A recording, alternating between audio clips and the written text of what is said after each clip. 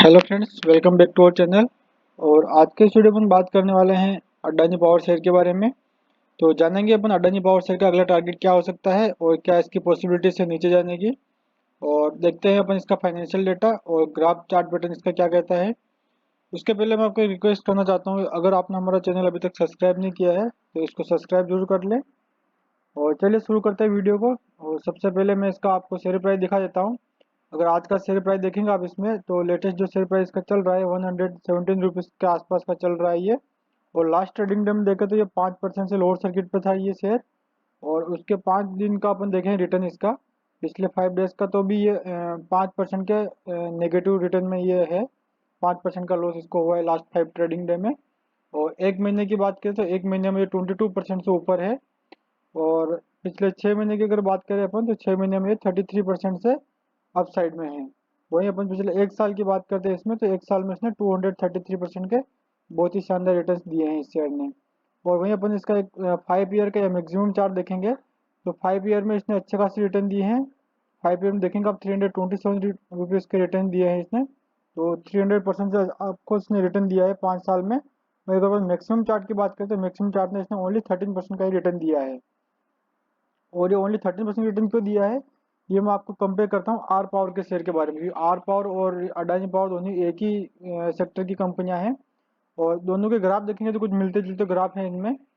हालांकि अडानी पावर इतना बुरी तरीके से नहीं गिरा है जितना रिलायंस पावर गिरा है। लेकिन एक चीज़ इन दोनों में कॉमन है। कॉमन चीज़ ये है कि आप देखेंगे इसमें रिलायंस पावर में, तो 2010 के बाद से इसमें गिरावट शुरू हुई है। तो 2010 के बाद में आप देखेंगे कंटिन्यू गिरावट हुई इसमें 2020 तक। तो पिछले 10 सालों में इसमें कंटिन्यू गिरावट देखने को मिली 2010 से लेकर 2020 तक।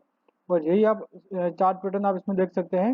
जो इसका अडानी पावर का शेयर है इसमें भी आप देखेंगे यहाँ पर, तो 2010 के आसपास से इसमें भी यहाँ पर देखेंगे आप 2000 मई में, और 2000 ये जून अगस्त सितंबर के तक इसने हाई बनाया था।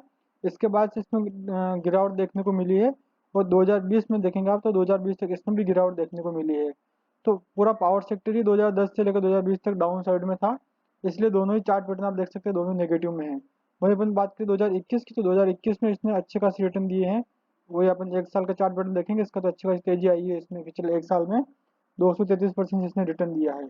वहीं अपन अगर आर पावर की बात करें, तो आर पावर ने पिछले एक साल के अपन चार्ट पैटर्न देखेंगे, तो एक साल में इसने भी 360% का रिटर्न दिया है। तो 360% का अच्छा खासा रिटर्न इसने भी दिया है पिछले एक साल में।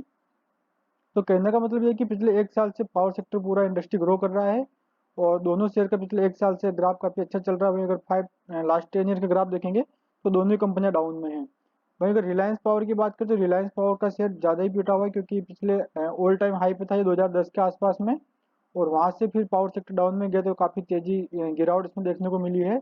और कहीं ना कहीं रिलायंस की बाकी कंपनियां भी डाउन में गई थी, जैसे रिलायंस कम्युनिकेशन हो गया, उस वजह से भी ये शेयर डाउन गया था। वहीं अडानी पावर की बात करें, तो अडानी पावर की बाकी कंपनियां अच्छी खासी प्रॉफिट में थी, इसलिए इतना गिरा नहीं। और इसका प्राइस अभी भी कांस्टेंट बना हुआ है यहाँ पर। लेकिन अब इसमें काफ़ी अच्छे ग्रोथ के चांसेस अगर पावर सेक्टर यहाँ से वापस ग्रोथ करता है, क्योंकि कोल क्राइसिस आप देख ही रहे हैं, इंडिया में काफ़ी क्राइसिस चल रहा है। इलेक्ट्रिसिटी का भी क्राइसिस चल रहे हैं। तो ऐसे में थर्मल पावर का जो इनका मॉडल है, बिजनेस मॉडल, ये हो सकता है कि आने वाले टाइम में इनकी ग्रोथ को और भी तेज कर दे। तो अपन देखते हैं अब इसका फाइनेंशियल चार्ट के आगे वाले टाइम में ये कहाँ से ट्रेड करता हुआ दिख सकता है आपको, और कितने इसमें रिटर्न मिल सकते हैं। तो चलिए ले चलता हूँ मैं अडानी पावर के आपको इसका चार्ट पैटर्न तो आपने देख ही लिया। मैं आपको कुछ इसका फाइनेंशियल डेटा दिखा देता हूँ।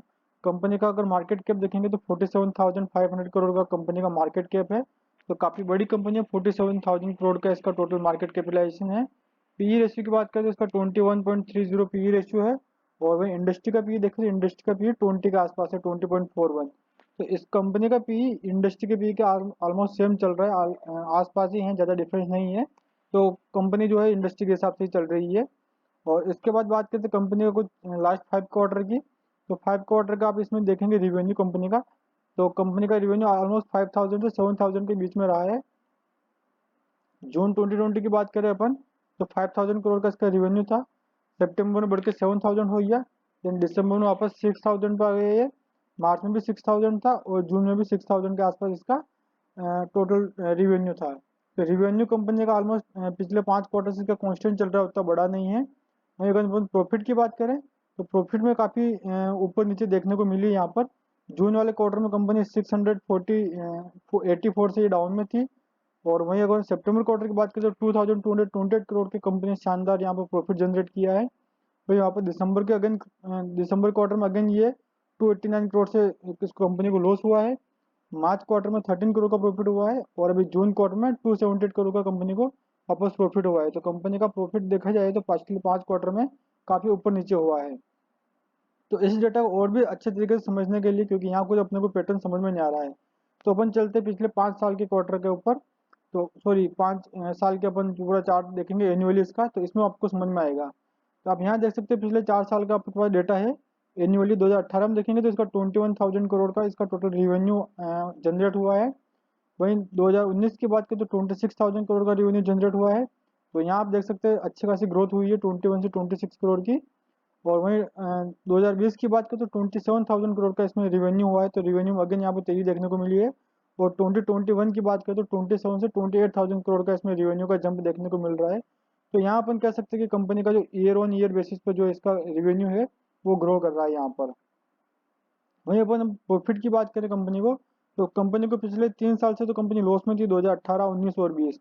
18 में देखेंगे तो 2.1 करोड़ से कंपनी लॉस में थी। 2019 में भी ऑलमोस्ट 1,000 करोड़ से कंपनी लॉस में थी।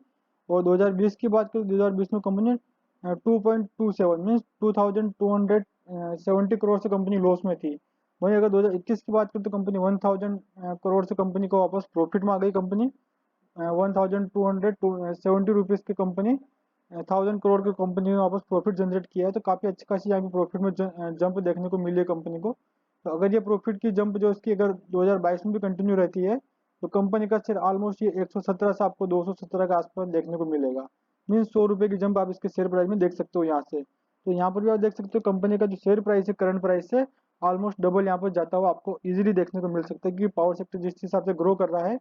और इसका पिछले अपन 1 साल का चार्ट पैटर्न देखेंगे तो जहाँ से ये 50 रुपये के आसपास था, तो 50 रुपये के आसपास से इसने डायरेक्ट 117 रुपीज़ का इसने अभी जंप मारा है।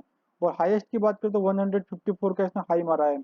तो कंपनी ने 3 गुना ग्रोथ की है यहाँ पर। जबकि इसका आप देखेंगे रिवेन्यू, तो रिवेन्यू उतना जनरेट हुआ नहीं है, लेकिन प्रॉफिट में कंपनी लॉस से प्रॉफिट में आने पर कंपनी 3 गुना जंप दिखाई यहाँ पर इसकी शेयर प्राइस में। तो आने वाले टाइम में इसका कंपनी का और भी आपको प्रॉफिट दिख सकता है यहाँ पर। और शेयर प्राइस इसका 200 से 250 के बीच में ट्रेड होता हुआ दिख सकता है आपको। इसके बाद अपन बात करते हैं कंपनी के चार्ट पैटर्न के बारे में। तो कंपनी के चार्ट पैटर्न आप देखेंगे पिछले 1 साल का मैं आपको चार्ट पैटर्न दिखाता हूँ इसका। तो आप यहाँ देख सकते हैं कंपनी ने 1 साल का चार्ट पैटर्न हाई बनाया था इसने 154 रुपीज़ का। और पिछला अगर अपन 2-3 महीने का लो देखें तो वो 75 के आसपास इसका लो है।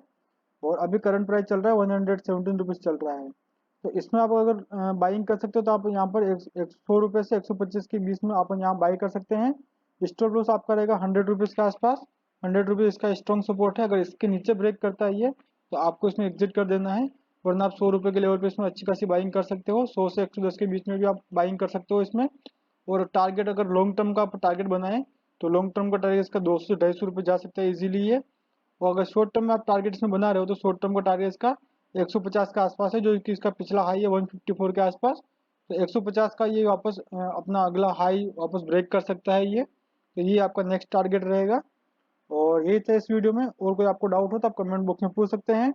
और चैनल को सब्सक्राइब करना ना भूलें। Thank you very much.